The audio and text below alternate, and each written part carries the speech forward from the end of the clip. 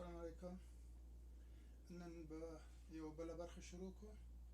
هغه د سوالونه دي، معلومات دي چې موږ سره وپېژنو. مثلا نن شروع کوو په دې برخه باندې پارلل پارکینګ. پارلل پارکینګ دې پارکینګ ته وایي چې موټران یو په بل پسې جفت ولاړ یا یو د بل پر بغل ولاړ وي.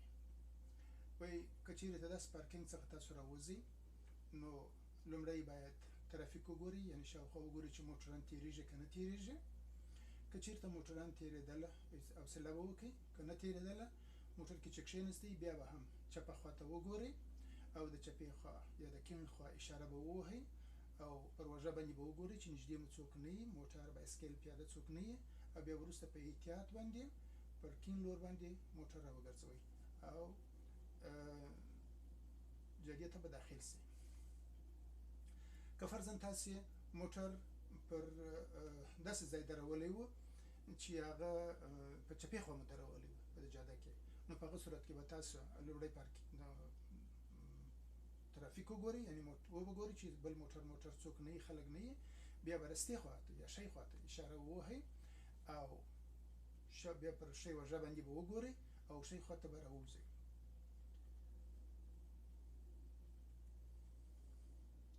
بل مهمه مسله چې ده ایمرجنګ ده. ایمرجنګ دا معنی لري چې تاسو پر یوه لاره باندې روان یاست، پر یو غټه هوې باندې یا پر غټ سړک باندې روان یاست، د څنګ څخه بل کوچنی سړک یا وړوکی سړک ورګډېږي. دغه ګډېدلو ته ایمرجنګ ورته وایي. په دې حالت کې ستاسو وظیفه دا ده چې د شی خوا موټر چې تاسو داخلیږي، لکه په دې اشاره کې چې تاسو ګورئ چې د شی خوا څخه بله لاره ورته داخله سوې ده، دغه دپاره به لږه فاصله پرېږدئ او خپل حرکت به کنټرولوئ، یعنې خپل سپیډ به کنټرولوئ، خپل سرعت یا چټکوالی به کنټرولوئ.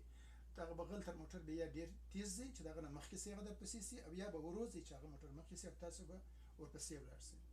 دې ته وایي ایمرجنګ.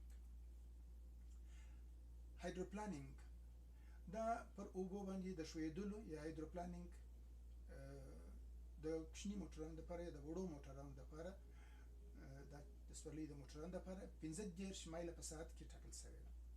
که چیرې تاسو پر هغه لار باندې چې تازه بارانونه سوي او د اوبو ډنډ باندې ولاړ یې، که تاسو تر 15 مایله په ساعت کې زیات رفتار باندې وکړئ، نو ستاسو د موټر ټایرونه به د سړک څخه د مځکې څخه یو لږ څه پورته سي او پر اوبو باندې به وښویېږي. په هغه صورت کې به تاسې بریک هم کار نه کوي، اشترینګ هم کار نه کوي او د ټکر خطر موجود دی.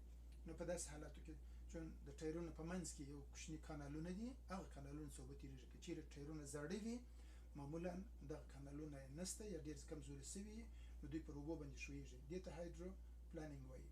دا به ډېر په احتیاط په فکر کې ونیسئ چې د اوبو په ښویېدلو باندې احتیاط وکړئ.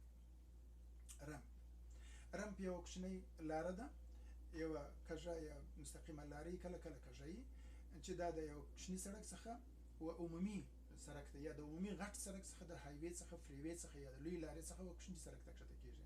په دغه رمپ باندې یوه لیکه یو بغل ته یې لیکه ده چې دغه لیکه تاسو ته اجازه درکوي چې تاسو خپل د موټر سرعت د عمومي جادې سره تنظیم کړئ. مثلا که تاسو په سلو یا په ارام حرکت باندې په لږ چټکتیا باندې روان یاست، تاسو به خپل چټکوالی یا سرعت د هایوې سره برابر کړئ. په دې لاین کې ستاسو دپاره د رمپ دغه دپاره جوړ شوی دی چې تاسو په د رمپ کې خپل سرعت برابر کړئ. که چیرې تاسو سرعت نه برابر کړی او سړک ته واوړئ، چپه لاسه سړک ته واوړئ، نو د شا لخوا ممکنه ده چې موټر تیز را روان وي او ستاسو سره ټکر وکړي، چې دا ښه کار نه دی. اوس شروع کوو یو څو سواله. لومړی سوال دی چې تاسو کله چې امتحان ورکوئ د دغسې سوالونو سره مخامخ کېږئ. دا سوال ته تاسو څنګه جواب ورکوئ؟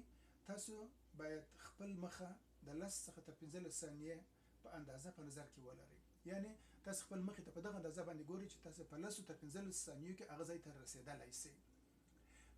دا وایي ولې به داسې کوئ؟ جوابونه 3 جوابه درکوي درته. وایي اول جواب، لومړی جواب وایي تر څو د بغل د شیشو د استعمال څخه ځان وژغورئ. یعنې چې تاسو ضرورت پیدا نه سي چې د بغل شیشو ته وګورئ، د عقبنما شیشې چېرته چې دې ته وګورئ. دوم، ځکه چې قانوني غوښتنه ده. او دریم، تر څو د خطرې حالت ژر ووینئ. نو دا دریم یې صحیح دی، ځکه چې تاسو لږ مخ ته ګورئ 10 تر 15 ثانیې فاصله کې چې تاسو مخ ته ګورئ ستاسو خپل سرعت کنټرولولای شئ او خپل سپیډ خپل حرکت سرعت یا چټکوالی چې کنټرول کړئ. که چیرې د چا مخکې موټر یا ټکر سي یا ټایر یې خراب سي یا یو بل څه خرابي ورته پیدا سي نو تاسو کولی شئ چې په 15 ثانیې کې تصمیم ونیسئ چې موټر ودروئ یا کوم بل لاس ته واوړئ یا چپه خواته یا راسته خواته واوړئ.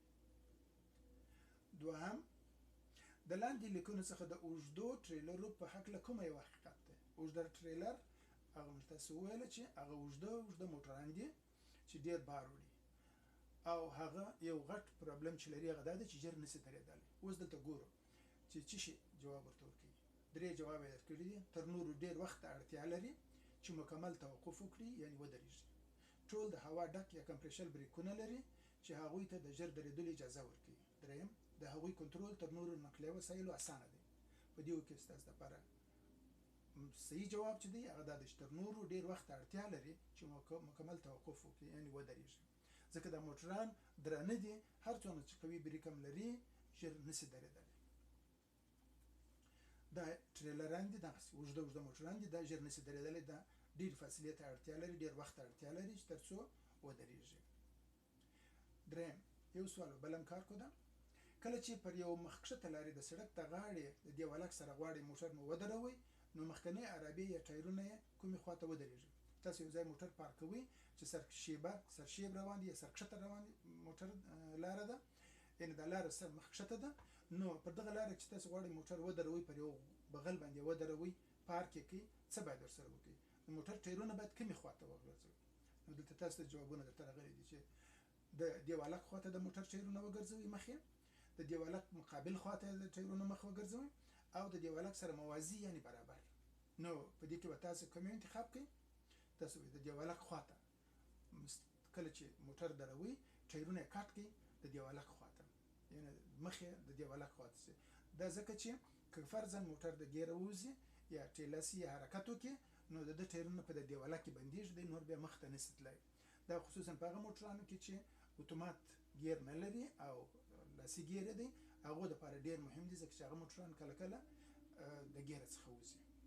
دا 3 سواله او دا یو څو تشریحات د نن دپاره کفایت کوي.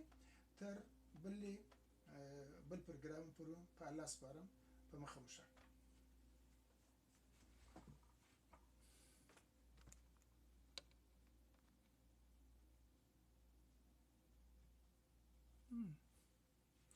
I don't know.